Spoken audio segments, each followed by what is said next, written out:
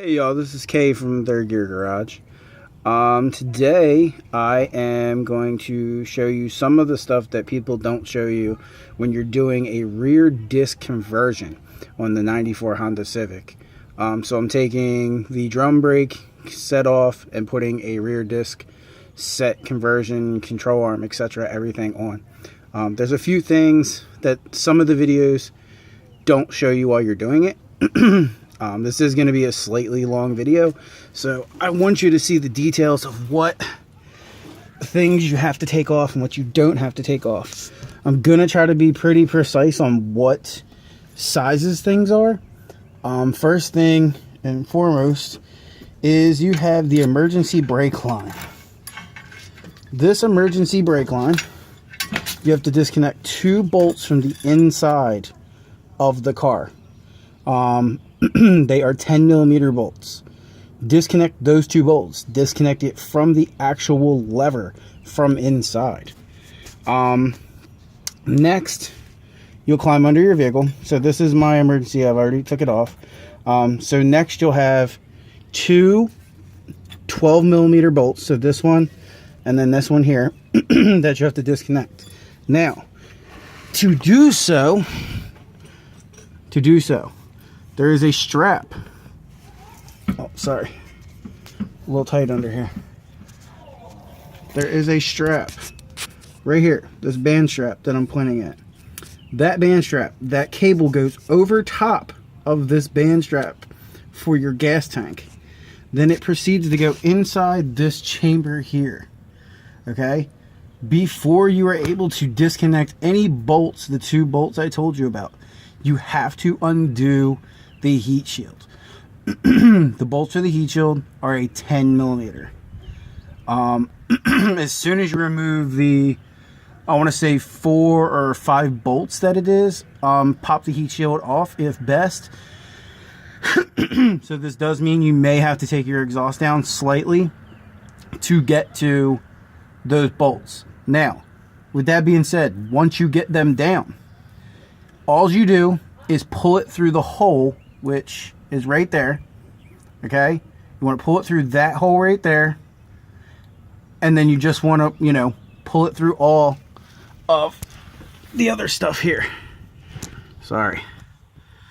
A little tight under here.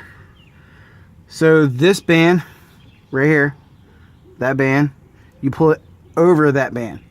Then, after you do that, you start your next step. So people on the videos are telling me that you have to mark this bolt for this arm. I didn't mark it. I'm not going to mark it. I'll try to figure out the best that I can figure about where it's lined up. I kind of don't have time on this one. I'm kind of short on time. I'm trying to throw it in there as quick as I can. Next will be the control arm bushing bolts. So one here, one on the other side. They are a 11/16 socket. Make sure you PB them. Make sure you PB all the bolts, because if you don't PB blast, then you're gonna have a hard time if it's an older vehicle. Next will be the camber arm 2 bolts. I believe they are both 14s that I use.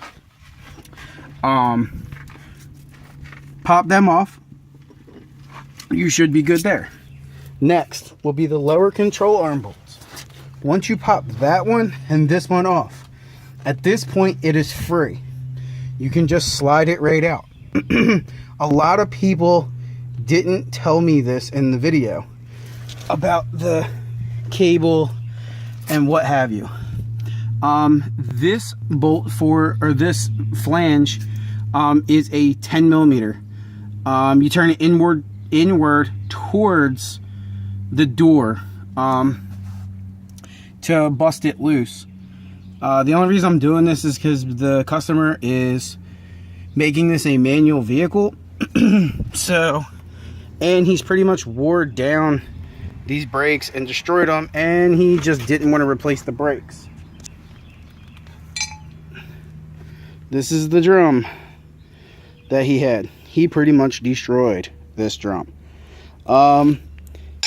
This will be my first video I've ever posted, so if this video is not helpful in any way, please comment so I can try to, you know, make my videos a little more informed.